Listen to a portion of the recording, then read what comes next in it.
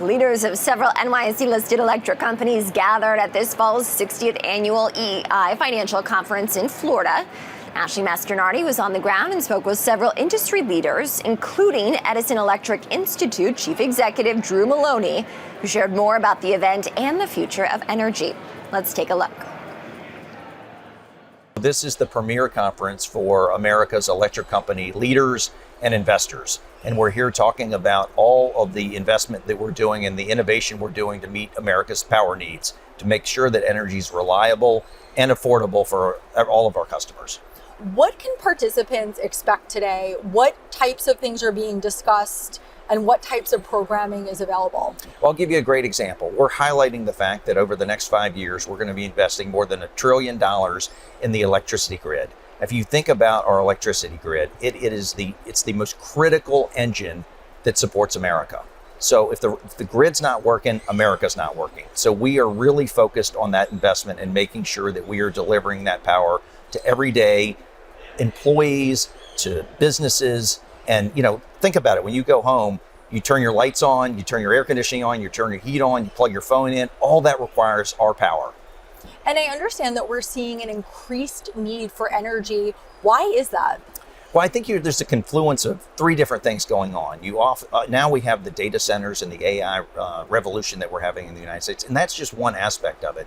But you're also seeing like reshoring of manufacturing. So a lot more businesses are starting here. They're reconstructing their supply chains, and they're all happening here. And I think the last thing that we're seeing is electrification. So you see EVs. You also seeing large buildings that are switching from fuel oil to maybe heat pumps. Stoves going from a gas to electric. All of this is happening right now, and that's creating enormous demand on the system. And you spoke before about how reliant America is on the grid. Right. Why is that? It's the central most important engine we have because it powers everything we do in our lives, and why we take it so serious that we provide power to 250 million people every day in a reliable fashion. And we probably have, it's like the eighth wonder of the world, our electrical grid. People come all around the world and want to locate their businesses here, innovate here because of the power that we supply. Speaking of power, how important is power reliability? What is it?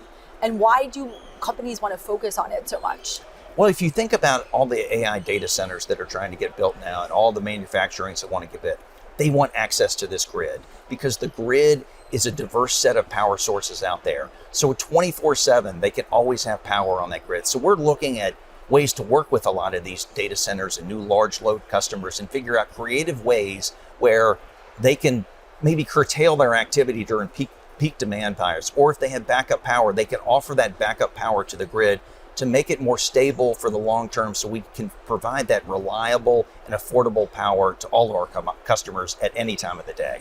And do you think it's possible for these companies to invest in the infrastructure and also keep rates affordable? And how are they doing that? I do. I think this new demand that we see is a win-win for America. I think the data centers, it's great examples we're seeing in Detroit, we're seeing in Arkansas and Mississippi, where they're coming online willing to pay their fair share. And when they do that, it's going to stabilize prices across the board, and in some cases, lower prices.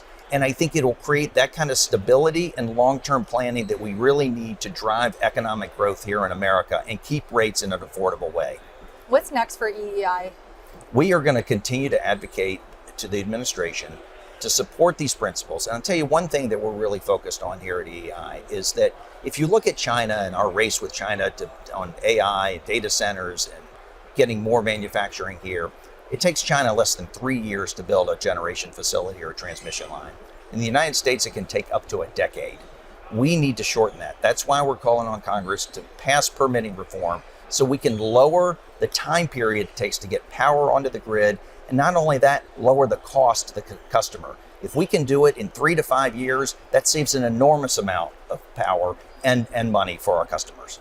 Almost every company I'm interviewing today wanted to talk about AI data centers. How hot of a topic is this at this conference this year? It's a very hot topic. We've had, I just did an interview with Wisconsin Energy, who has two facilities, a Microsoft facility and an Oracle facility that they are putting in place in Wisconsin. And it's an enormous potential to not only create economic growth for Wisconsin, but also, as I said, to figure out a long-term way to stabilize rates and really create that reliability that everybody expects from our electrical grid. Thanks to EEI CEO and President Drew Maloney, and of course, Ashley Masternardi for that interview.